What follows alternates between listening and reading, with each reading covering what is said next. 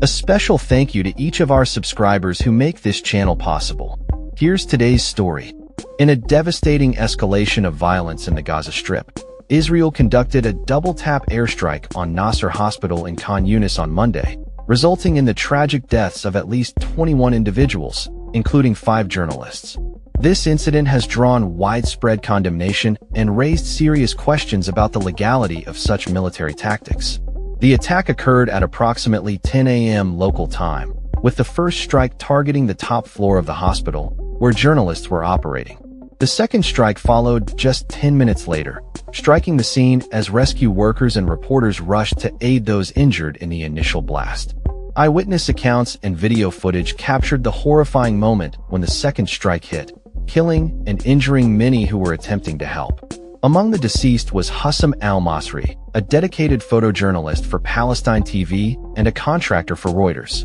Hussam was operating a live feed from the hospital when the first strike occurred, and his feed abruptly shut down, marking the tragic end of his life and career.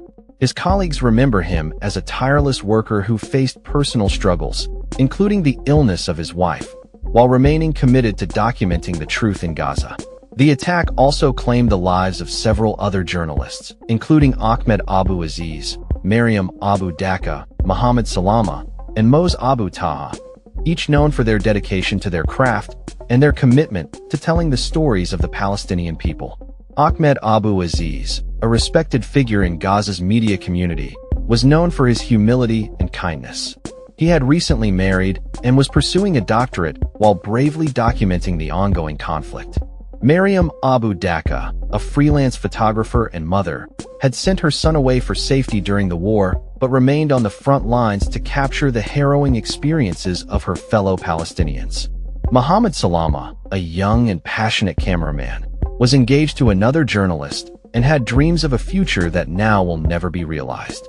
Moz Abu Taha, a promising freelance video journalist, had been deeply affected by the violence surrounding him and was known for his compassionate nature. The deaths of these journalists highlight the grave dangers faced by media workers in conflict zones, particularly in Gaza, where the environment has become increasingly hostile. Since the onset of the current conflict in October 2023, over 270 journalists and media workers have been killed, a staggering statistic that underscores the urgent need for protection and accountability. Israeli Prime Minister Benjamin Netanyahu described the strikes as a tragic mishap, but many observers question how such a significant error could occur, especially given the clear presence of journalists and medical personnel at the hospital. The tactic of double-tap strikes, where a second attack is launched shortly after the first to target rescuers, has been widely criticized as a violation of international law. Such actions are seen as deliberate attempts to inflict maximum casualties and prevent aid from reaching those in need. Human rights organizations and advocates have called for investigations into these strikes, emphasizing the need for accountability for those responsible for targeting protected individuals under international law. The attacks on Nasser Hospital are part of a broader pattern of violence that has plagued Gaza, raising alarms about the humanitarian crisis unfolding in the region. As the conflict continues, the lives of countless civilians, journalists, and aid workers remain at risk, and the international community is urged to take action to protect those who seek to document the truth and provide assistance amidst the chaos.